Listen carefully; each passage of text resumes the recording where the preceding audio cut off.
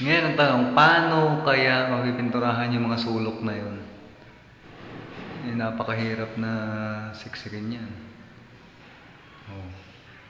Pwede na hindi primer actually kasi malinis na tignan. Ito yung sa second floor.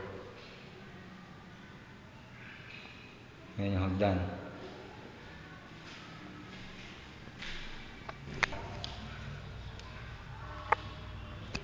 So, ganun din. Bako-bako pa rin yung ceiling. Primer. Ito CR. Ayan ang CR. So, yung taas wala pang ilaw. Wala pang pintura. Pero ito, okay na yan. Ito yung lababo, may leak. Malakas ang leak niyan. And then, shower. Gumagana na kaya lang sira. And then yung faucet. Yan. Putol. So, ayan yung likod.